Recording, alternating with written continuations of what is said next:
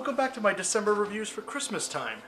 You know, during the holiday season that's supposed to be about joy and happiness and love, sometimes all we really need to help remind us of that is a good laugh. In what better way than National Lampoon's Christmas Vacation? What a delightful, funny little comedy. In fact, we watch it every December. We always reference it as one of the best Christmas comedies, if not one of the best comedies ever, period. But why do we reference comedy? Especially when it comes to this. I mean, it's just insanely over-the-top gags with some slapstick, not much left to it, right? Or maybe does it have more understanding of the Christmas spirit than we give it credit for? Is it possible? Well, let's take a look at it. How about we take a look if there is something truly special to this wacky, fun little comedy? National Lampoon's A Christmas Vacation is one of the wackiest, funniest, and over-the-top Christmas comedies to ever come out. It's revisited every December, and everyone loves it as that big, crazy Christmas comedy that gets a good laugh every time you watch it. And a big reason why that is because it combines a very relatable situation with over-the-top scenarios. Comedy works best when you have a scenario that you can relate to, a situation you can easily find yourself in, but it's the execution around it and the way that they go through this situation that makes it funny. And in this, it's a pretty typical scenario. Crazy Christmas holiday traditions, Christmas shopping, crazy parties, wanting to do crazy things. All in the name of the Christmas spirit. But what makes this relatable is that the story is actually kind of a nice one. The idea of this father, played by Chevy Chase, just wanting to make it a very nice Christmas for him and his family. He just wants them to have the perfect Christmas with all the parties, the food, the decorations. He wants everything to be perfect. Of course, as you can expect, nothing goes the way it's planned. But it's the execution that makes it hilarious. A big part of why this works is actually Chevy Chase's performance. He does a very good job of delivering a man who's sincere in his intentions, but it's the way he wants to execute his intentions that make him a little over-the-top insane, such as pretty much making his entire house one gigantic light, chopping up a tree, or should I say literally uprooting it in the middle of the forest, burning down parts of his own house, forcing his family members to kind of sit together even though they don't get along. It's these over-the-top traditions that he tries to put on because he feels these are the most important parts of Christmas. And to be fair, it's a very understandable misunderstanding. We all know those people who believe that the best parts of Christmas or the important parts of Christmas are in the little traditions that you do with family, the little trips that you take. But they often are blinded to the big picture of it. And it's not that he's a bad person. He's a good person, and he has very well and good intentions. But he just doesn't quite know how to portray those intentions. Instead, coming across as big, wacky, goofy, and even kind of crazy. Including what has to be one of the best one-line movie insults of all time. And I want to look him straight in the eye, and I want to tell him what a cheap, lying, no-good, rotten, four-flushing, low-life, snake-licking, dirt-eating, inbred, overstuffed, ignorant, blood-sucking, dog-kissing, brainless, dickless, hopeless, heartless, fat-ass, bug-eyed, stiff-legged, spotty-lipped, worm-headed sack of monkey shit he is! Hallelujah! Holy shit! Where's the Tylenol? It also kind of helps that everyone around him, minus his brother, is kind of just trying to get through the holidays. He seems to be the only one that's legitimately excited and enjoying Christmas.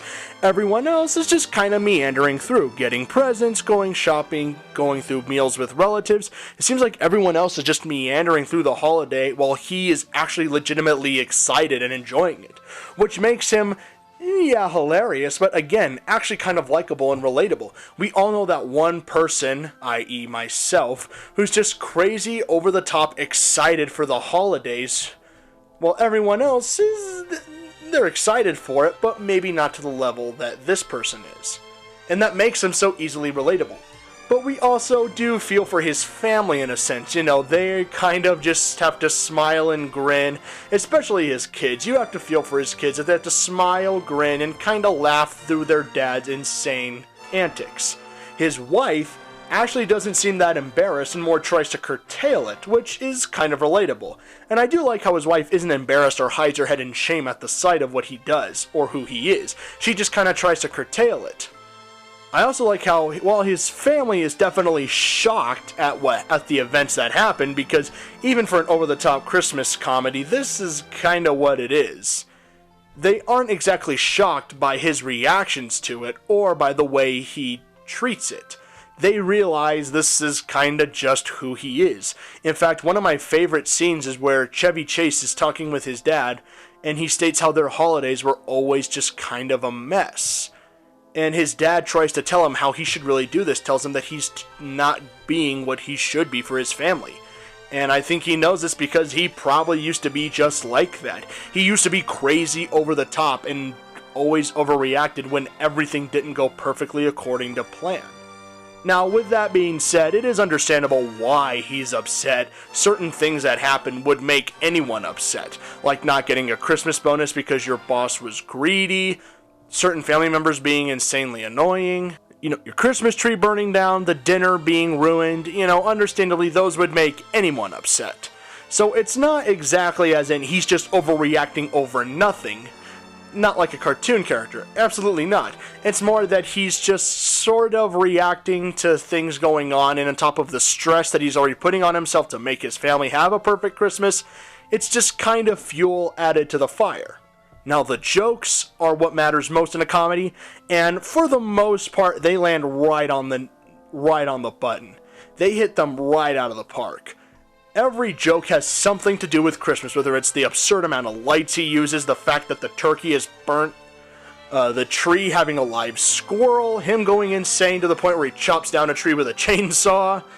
Everything kind of has its own little fun, unique punch. And what I like is how they kind of keep upping the ante. The first joke is kind of really funny and unique, how crazy of a driver he is, or having to uproot a tree instead of actually chopping it down. But as they go on, they do show that they can go more over the top. And with a comedy like this, the only way for it to truly continually be funny is the kind of just keep upping the ante. You kind of just have to see how far over the top you can go. And they do that pretty well here. I also do appreciate about this is, while it is over the top and is certainly a little out of reach, it's not to the point where you couldn't see it happening. You could certainly say, yeah, if I was pushed to that point, I'd probably do something like that. Or if I was that upset or that angry, something like that might possibly happen. It's not to the point of overreaching.